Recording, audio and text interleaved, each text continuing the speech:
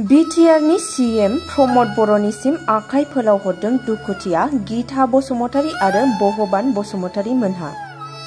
दुखुनि खौरां, सोरनि जिउआव मा लिरनाय दं सुबुङा मिथिस'नो हाया, जों फोथायनोल'सो हायो। बियो इसोरनि लिरनाय। जायसो दुखुखौ गोबाना लानांदों बिसोरसो दुखुनि ओंथिखौ बुजियो। खैफोदनि समाव मदद होनायाबो सुबुंनि देरसिन धोरोम। बेनिखायनो जोङो मदद होलायनांगौ। मिथिस'यै बेरामजों नाख्रेबजानानै हालाय हाफाय जानांदों सानै गथ'नि बिमा 35 बोसोर बैसोनि गीता बसुमतारीया। नंगौ, चिरां जिल्ला काजलगाव सदर थावनिनि खाथियाव थानाय 2 नं सालजरा गामिनि थागिबि भगबान बसुमतारीनि आंगो बिसि गीता बसुमतारीया 5 दाननिफ्रायनो गोब्राब मिथिस'हायै बेरामजों नाख्रेबजानानै दङ। मोनाखै आरो ओमफ्राय आं मोनदों उदैयाथ' बे समावहाय गोबां देराखैमोन। ओमफ्राय दाना उदैयाव इन्जेक्सन होदों आरो बिसोरो दै राननायनि इन्जेक्सन होनाया। ओमफ्राय आङो बे इन्जेक्सननिफ्रायनो बारा जाबोनाय मोनदों आरो उदै देरनायखौ।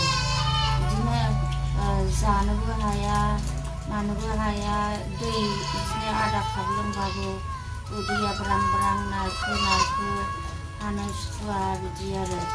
बोथिनैजों बोथिथामजों बिदिनो एफा जायो, ओमफ्राय बेखौनो सैज' हाला आरो उदैया। दाबो नै मैयानिफ्रायनो जायाखै आङो। ओमफ्राय नै दासिमबो जायाखै आरो, मुलि लोंनायल' आरो, जेबो जानो हाया। उदैया ब्रां ब्रां गावब्रानो बायदि मोनजोबो आरो।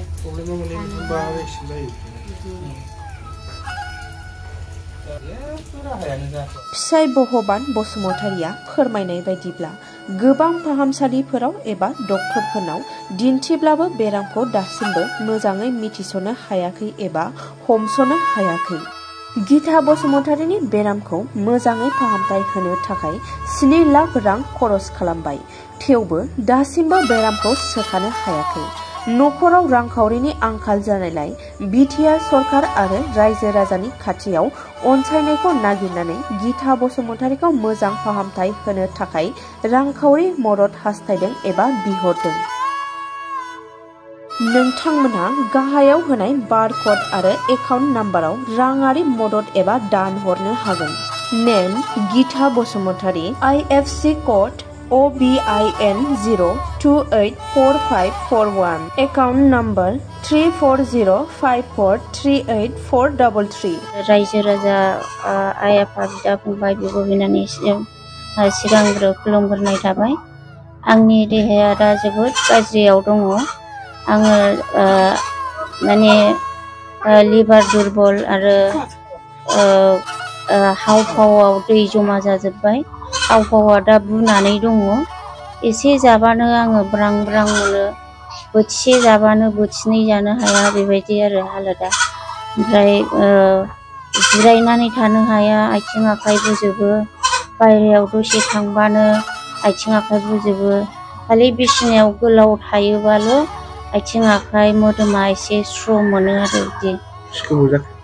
गोबावाथ' आङो फेब्रुवारि जानुवारिनिफ्रायनो बिदिनो ख्रौ ख्रौ मेलेरिया टाइप लोमजाबोदोंमोन आरो। मोदोमफ्राबो बुदोंमोन, सानाय बिसनि आङो माने जरा जरा बिदिनो साबाय थायोमोन आरो।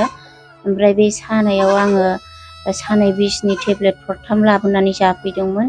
हरसे जानायावनो मोदोमा बुबाय। ओमफ्राय बिनिफ्राय आङो द्रप थाबाय। द्रप थानानै ओमफ्राय साननै सानथाम थानानै बिदिनो मोदोमाथ' सागाया, आथिं आखाइ बिदिनो फुङाव सिखारनानै लेंग्रि लेंग्रि थाबायनांगौ बिदि जाबाय। ओमफ्राय आरो सानसेखालि ससे जाबावबाय आङो, बेयावबो मोदोमा बुबावबाय।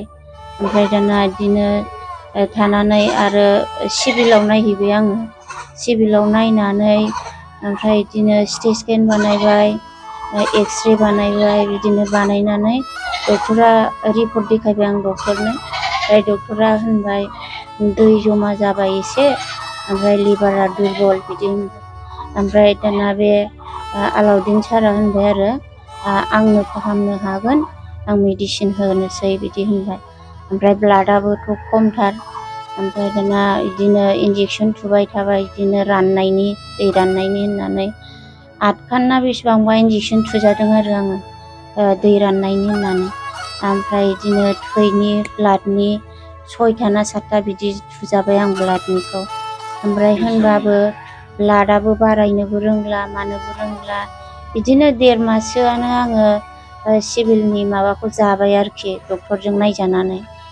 रायजोनिफ्राय आरो सरकारनिफ्राय मा लुबैदों, माबायदि मदद खालामनो लुबैदों? दा आङो बेखौनो सानदों आरो नोंसिनि मिडियानि गेजेरजों रायजो राजानिफ्राय थाइसे थाइनै अनसुंथाइ मोनोब्ला आंनि देहाखौ आं मोजां जागोन बेबायदि सानदों आरो दानि सोलिबाय थानाय बे बिटिआर सरकारनि प्रमद बर' CM सारनिसिम आं बेखौनो मिथिहोहरनो लुगैयो दि सारा जुदि आंखौ अननानै एसे एनै अनसुंथाइ हरोबा आङो आंनि देहाखौ आं फाहामनानै लानो हागोन बा गथ' गथायखौ आं मोजाङै नायलांफिननो हागोन बेखौनो आं मिजिंथियो आरो। साबेसे गथ' दं? 2 गथ' दङ। दा सासे क्लास 10आव फरायनाया 14 बोसोराव हाबगासिनो दङ आरो क्लास 2आव फरायनाय हौवासाया 7 बोसोराव हाबगासिनो दङ आरो। बे बेमारा जाहैबाय जानुवारिनिफ्रायनो जाजेननाय बियो। जानुवारिनिफ्राय जानानै बिदिनो एसे लासै जाबोनानै बिनि उनावहाय नैबे मार्च एप्रिलाव बारासिन जादों आरो। ओमफ्राय दा लांबायबो लांनाया गोजानाव, ओमफ्राय दा नायनायनि बेबस्थायानो गैला आरो। सिगां डक्टराव नायनायफ्राव बिथांमोना मा फोरमायदों? सिगां डक्टरनाव नायनायावथ' उदैयाव दै जादों, ओमफ्राय थैनि गोनांथि दङ होननायलाय थैखौ पेकेट 2 होनाय जादों आरो बिनि उनावहाय लवार आसामाव पेकेट 1 होबावनाय जादों।